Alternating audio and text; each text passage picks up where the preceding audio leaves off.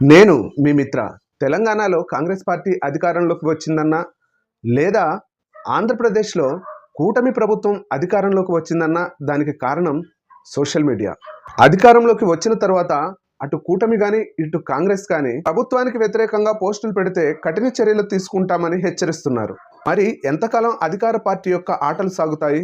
ఇప్పుడు న్యాయస్థానం రంగంలోకి దిగింది. పౌరుల యొక్క స్వేచ్ఛను హరిస్తుంటే చూస్తూ ఊరుకోము. రుజువులు లేకుండా ఊహలు ఆధారంగా అరెస్టు చేస్తారా? పోలీసులు చట్టం కంటే ఎక్కువని భావిస్తున్నారా?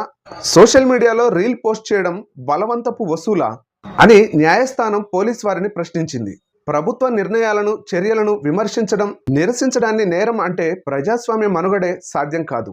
సోషల్ మీడియా వారియర్స్ పై అక్రమ కేసులు నమోదు చేస్తున్న కారణంగా న్యాయస్థానం అటు ప్రభుత్వానికి, ఇటు పోలీస్ వారికి చివాట్లు పెట్టింది అని చెప్పవచ్చు.